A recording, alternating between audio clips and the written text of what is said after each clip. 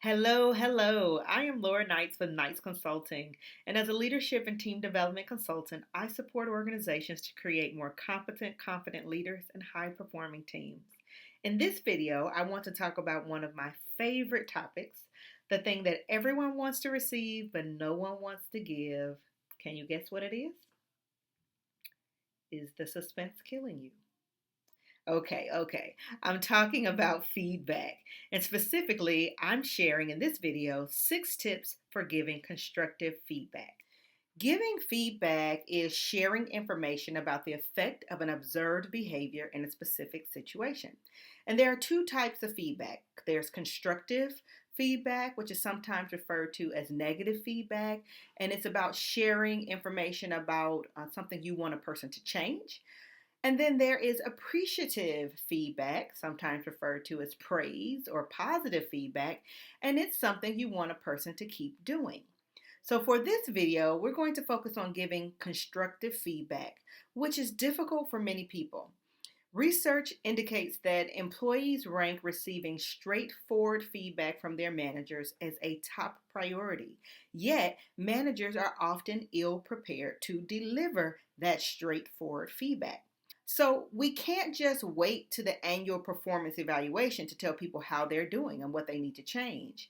People need real-time feedback to learn to adapt, learn, and grow in the process of doing their jobs. So feedback is most effective when delivered in real time, along with support, coaching, and guidance about how to improve performance. And that's what we want to focus on today in these 6 tips I'm going to share. So let's jump in. The number 1 tip I want to share is be thoughtful and choose your battles. With specific regard to the COVID-19 season and situation that we're in, I'll acknowledge that this is a bit of a sensitive topic. Many managers and leaders are a bit hesitant these days to provide constructive feedback, and I get it. Managers don't want to come off as tone deaf or nitpicky while their teams are trying to work from home while maybe caring for their children at the same time and experiencing the collective grief of a global pandemic. So I get it. But it is still appropriate to manage performance, although with grace, if your employees are still working. But this is not a time to nitpick. If there's a space for grace and flexibility with regard to a performance issue, give that grace and flexibility and let it go. However, if the issue is causing harm to the employee, the morale and the relationships within the team, and or the work or goals of the team, then you still need to address the situation sooner rather than later. Okay, so point number 2, prepare for the conversation. If there's some anxiety around giving some constructive feedback, you can plan what you want to say. Use a formula to help you remember the essential components of good feedback. And so one formula I like to use is what I call the 4 F's. So the first one is facts. You want to start the conversation by sticking with the facts and sharing the specific context and observed behavior that you want to address. Feelings. Share your feelings, experience, and your interpretation of the impact of that behavior. Foundational need or value. Share the foundational need or value that is not being satisfied due to this behavior. And then forward step. Share your requests and confirm the next steps for moving forward so the individual can improve in this area. So here's a simplified example. Tina, I want to talk with you about the team meeting the other day.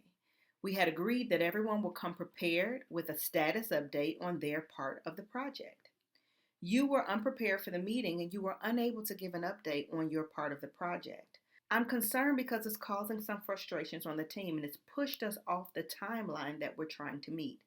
It's important that everyone does their part so that we can keep the project on track.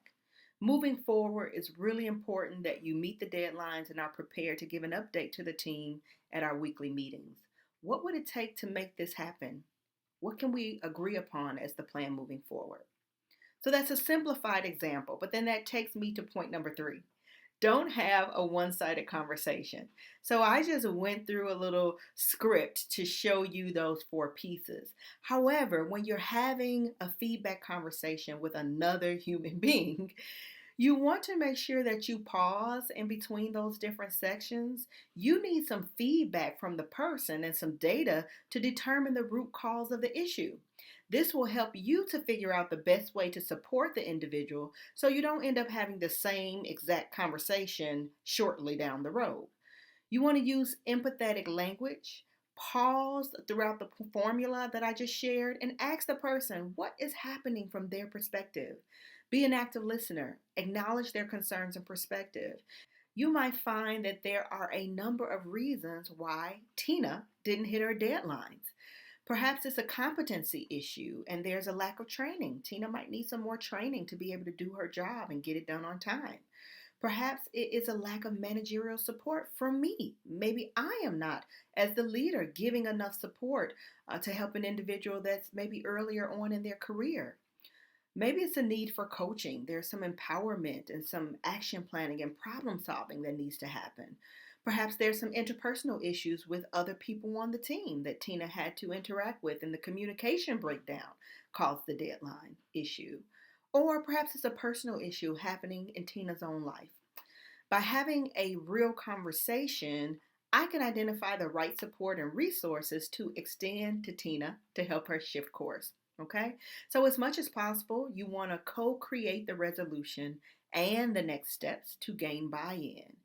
As those 4Fs indicate, you'll share your requests and what you're looking for. But after hearing the perspective of the other person, your perspective may shift. So before exiting the conversation, you want to confirm that you all have reached a shared understanding, as well as the next steps for checking in on the issue or the next steps for if the situation doesn't improve. All of that needs to be clear and agreed upon. All right, that brings me to tip number 4. You want to follow up appropriately. You can lose a lot of steam after a productive feedback conversation because of a lack of follow up. If you discuss the next steps, as I mentioned in the previous tip, it's important that you check in on how things are going with the agreed upon action items, resources that were offered, and the individual's progress.